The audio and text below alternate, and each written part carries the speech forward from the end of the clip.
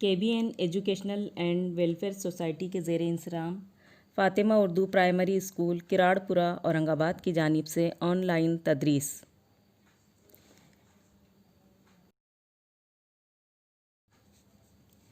پیارے بچوں، السلام علیکم ورحمۃ اللہ وبرکاتہ۔ آن لائن طرز تعلیم میں میں معلمہ فرزانہ بیگم آپ تمام کا استقبال کرتی ہوں۔ آج ہم 7ویں جماعت مضمون اردو بال بھارتی کی نظم نمبر 3 سکوت شام کے بارے میں معلومات حاصل کریں گے۔ سکوت شام یعنی کہ شام کا سکون، اس نظم کے شاعر حامد اللہ افسر میرٹھی ہیں۔ تو آئیے پہلی بات دیکھتے ہیں۔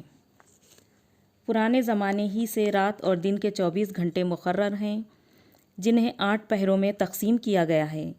3 گھنٹوں کا ایک پہر ہوتا ہے۔ ہم نے اپنی سہولت کے لیے ان کو الگ الگ نام دیے ہیں، مثلاً صبح، دوپہر، سہ پہر، شام اور رات کے 4 پہر۔ صبح، دوپہر، سہ پہر، شام اور رات میں طرح طرح کی تبدیلیاں واقع ہوتی ہیں۔ ذیل کی نظم میں شاعر نے شام کے وقت پیش آنے والے واقعات کا باریک بینی سے مشاہدہ کر کے انہیں خوبصورت انداز میں پیش کیا ہے۔ آئیے اب نظم کی جان پہچان دیکھتے ہیں۔ جان پہچان میں آپ کو شاعر کا تعارف دیا گیا ہے۔ حامد اللہ افسر میرٹھی 29 نومبر 1895 عیسوی کو میرٹھ میں پیدا ہوئے۔ ان کی ابتدائی تعلیم میرٹھ کے مدرسہ عالیہ اور دارالعلوم دیوبند میں ہوئی۔ ڈپٹی نذیر احمد کی نگرانی میں انہوں نے 2 برس تک دہلی میں عربی تعلیم حاصل کی۔ افسر نے علی گڑھ سے نوبہار نامی ایک رسالہ بھی جاری کیا تھا۔ انہوں نے بچوں کے لیے دلچسپ نظمیں اور مفید مضامین بھی لکھے ہیں۔ پیام روح اور جوئیں رواں ان کے شعری مجموعے ہیں۔ حیات گاندھی، ماہ نو اور آسمان کا سایہ ان کی قابل ذکر کتابیں ہیں۔ 19 اپریل 1974 عیسوی کو لکھنؤ میں ان کا انتقال ہوا۔ آئیے اب نظم کی طرف بڑھتے ہیں۔ آپ تمام یہ نظم پہلے سنیے، اسے دہرائیے اور اسے یاد کیجیے۔ سکوت شام ہے، خاموش بستی ہوتی جاتی ہے، مؤذن کی صدا ہلکی ہوا کے ساتھ آتی ہے، صبا پتوں سے مل مل کر سہانے گیت گاتی ہے، کہ اب درماندہ دن کو رات پہلو میں سلاتی ہے، سرور و انبساط و لطف کے ہمراہ شام آئی، نوید امن و راحت لائی، پیغام سکون لائی، سکوت شام ہے۔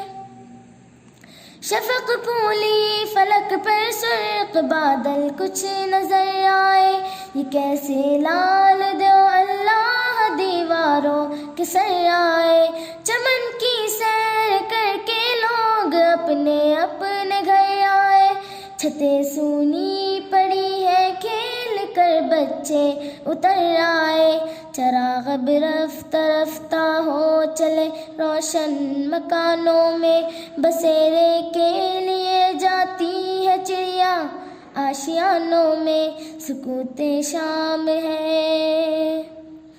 بجا گھنٹا شیوالے میں پجاری نے بھجن گایا، عبادت اور موسیقی نے ہر سو کیف پھیلایا، عقیدت نے بتوں میں بھی خدا کا حسن دکھلایا، کچھ ایسا درد تا آواز میں دل سن کے بھر آیا، خاموشی میں یکایک گونج اٹھے دیوار در، سب ہی سڑک پر چلنے والے جھوم کر گانے لگے خود بھی، سکوت شام ہے۔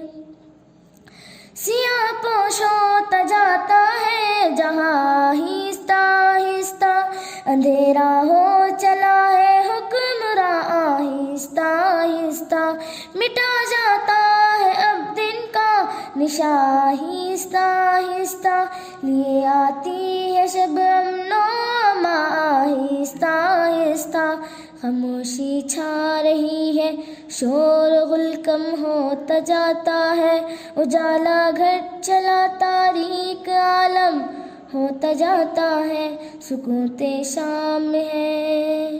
سکوت شام ہے خاموش بستی ہوتی جاتی ہے، مؤذن کی صدا ہلکی ہوا کے ساتھ آتی ہے، سکوت شام ہے، سکوت شام ہے۔ آئیے اب اس نظم کا خلاصہ دیکھتے ہیں۔ اس نظم میں شاعر نے شام کی پرسکون فضا میں پیش آنے والے واقعات خوبصورت انداز میں بیان کیے ہیں۔